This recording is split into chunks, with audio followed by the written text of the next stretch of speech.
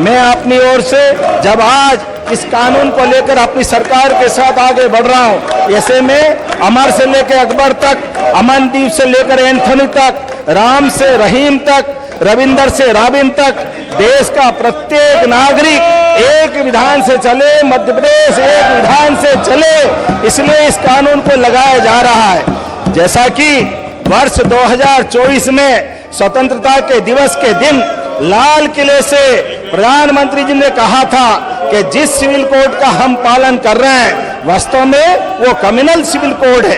समय की मांग है, देश में एक सेक्युलर सिविल कोड होना चाहिए और मध्य प्रदेश ठोस कदम उस दिशा में आज बढ़ा रहा है। यह हमारे लिए सौभाग्य की बात है। आज के बाद मध्य प्रदेश में इस भेदभाव से मुक्ति मिलेगी। मैं आज के अवसर पर माननीय अध्यक्ष महोदय, गोवा, उत्तराखंड, गुजरात, असम के बाद मध्य प्रदेश उन चुने हुए राज्यों में शामिल होगा जिन्होंने अपने नागरिकों की समानता के लिए सब कुछ देने का प्रयास किया है। मैं अपनी ओर से विपक्ष के साथियों से भी अपील करना चाहूंगा, आइए हम सब मिलकर के समाज कल्याण की भावना के बलबूते पर इस सामाजिक एकता और समरसता के लिए इस कानून का समर्थन करें। यशस्वी प्रधानमंत्री श्रीमान नरेंद्र मोदी जी के नेतृत्व में देश जब आगे बढ़ रहा है तो मध्य प्रदेश में समान नागरिकता की दिशा में ठोस कदम उठा रहा है। मुझे इस बात की प्रसन्नता है। हमारे लिए अपने राज्य के अंदर अलग अलग मजहबी तोल कांटा नहीं होगा, सब एक ही बाट से तोले जाएंगे। ना समान नागरिक संहिता की दिशा में भाजपा आज का ये ऐतिहासिक दिन है। युग राम की बेला में पूरे देश और दुनिया की निगाह हमारे तरफ जुड़ी हुई है।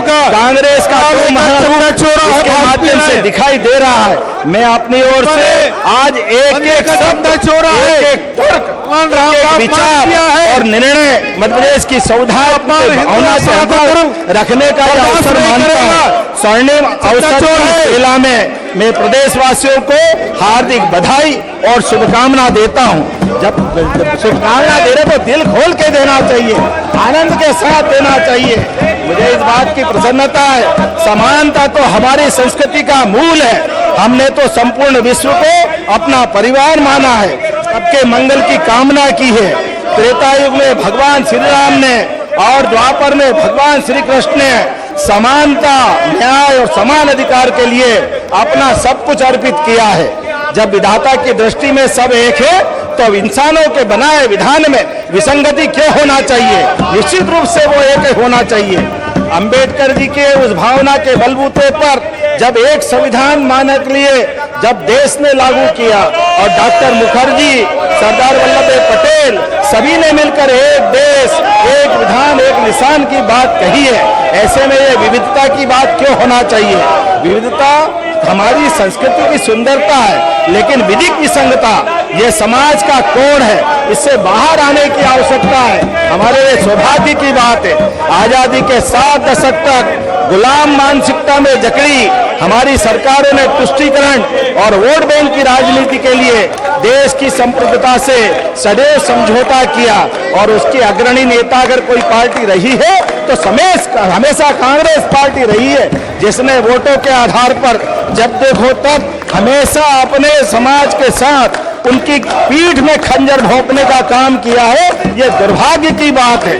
अध्यक्ष महोदय, इस महत्वपूर्ण विषय पर सबसे गैर जिम्मेदाराना और दोहरा रवैया विपक्ष के लोग अपना रहे हैं। इनके खाने के दांत भी अलग और दिखाने के भी अलग। दुनिया देख रही है इनको, ये स्वयं लज्जित होंगे अपने आचरण के कारण से। घर में इनकी माता बहनें भी इनको माफ नहीं करेगी। इस समानता के अधिकार से वंचित करना चाहते हैं। ये वही इतिहास दोहराना चाहते हैं जो थोड़े दिन पहले इन्होंने लोकसभा में अपनाया था, जब देश की आधी आबादी के साथ उस समानता के कानून का विरोध करके अपनी असलियत को दिखाने का प्रयास किया। विपक्ष की हालत थाली में रखे उस बैगन की तरह है जिसका कोई सिद्धांत है न कोई विचार है। ये वर्तमान का हालत विपक्ष की है। मैं हमारे अपने विपक्ष के साथियों से पूछना चाहता हूं, हम अपने 2 बेटों को अलग अलग दृष्टिकोण से क्यों देखते हैं? एक ही संप्रभु राष्ट्र में नागरिकों को अलग अलग मजहबी चश्मे से देखने की वकालत क्यों होना चाहिए।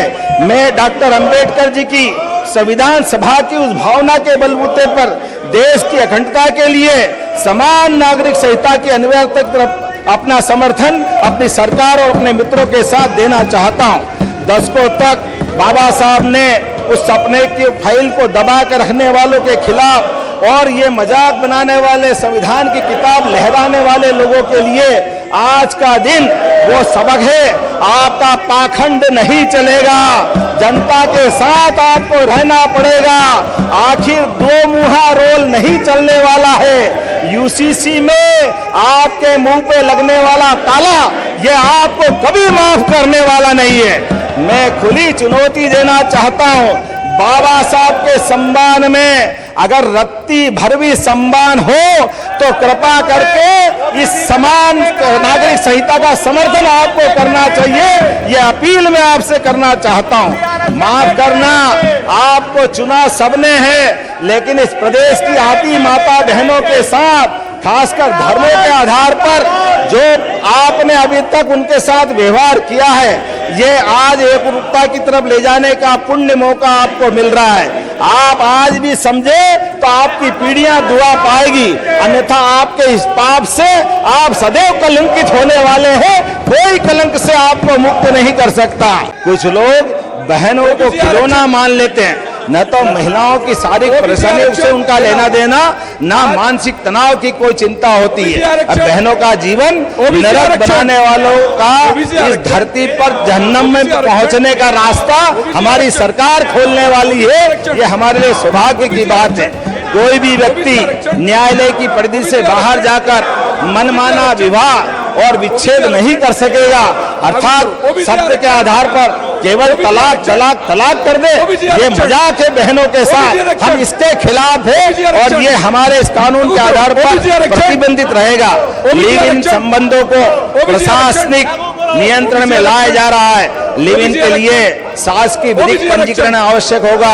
यदि कोई व्यक्ति, वैवाहिक व्यक्ति समाज में पत्नी को धोखा देकर चोरी छिपे या किसी और प्रकार से लिव इन में संबंध बनाता है तो 5 साल के लिए हमारी सरकार उसको जेल में डालने वाली है। ये हमारी प्रतिबद्धता है। मध्य प्रदेश समान नागरिक संहिता का प्रशासनिक और विधिक ढांचा 4 आधार स्तंभों पर विवाह पश्चात विच्छेद, उत्तराधिकार और लिव इन पर आधारित है। अध्यक्ष महोदय, मैं स्पष्ट करना चाहता हूं, नागरिकों के धार्मिक समारोह, अनुष्ठान, परंपराएं, रीति रिवाज सब पहले की तरह चलते रहेंगे। इसमें कोई हस्तक्षेप होने वाला नहीं। यह हमारी अपनी प्रतिबद्धता है। सभी धर्मों का सम्मान और आदिवासी भाई बहनों को इससे मुक्त करते हुए हमारी प्रतिबद्धता हम जाहिर करते हैं कि हाँ, हम अपने राज्य के अंदर सबकी बेहतरी के लिए काम कर रहे हैं। और विवाह भी अपनी पद्धति से कीजिए। विधिक और कानूनी ढांचा भी संपूर्ण मध्य प्रदेश में सबके लिए एक समान होगा। विवाह के तरीके अलग अलग हो सकते हैं, लेकिन कर्तव्य, नियम और शर्तें सबके लिए समान होने वाली है। प्रदेश में विवाह की न्यूनतम आयु 21 वर्ष, महिलाओं के लिए 18 वर्ष प्रत्येक समुदाय पर लागू होगी। तय आयु सीमा से कम उम्र को बाल विवाह मानने और दंड का प्रावधान भी आज के लिए समसामयिक होगा। मध्य प्रदेश की धरती पर होने वाले प्रत्येक विवाह का शासकीय पंजीयन कराना भी अनिवार्यतः होगा। निश्चित अवधि के अंदर विवाह न कराने पर, रजिस्ट्रेशन न कराने पर जुर्माने का प्रावधान है। इससे प्रशासनिक रूपों से अभिलेख रखरखाव के पूर्ण पारदर्शिता के साथ काम करेंगे। महिलाओं के उनके वैवाहिक अधिकारों का अचूक विधिक कवच मिलेगा। मध्य प्रदेश की धरती पर केवल वही रहेगा जिसने एक विवाह किया और एक जीवन साथी के रहते हुए दूसरे नागरिक को दूसरे विवाह की अनुमति नहीं होगी। अर्थात हम बहु विवाह के जैसी प्रथाओं पर पूर्ण प्रतिबंध लगा रहे हैं।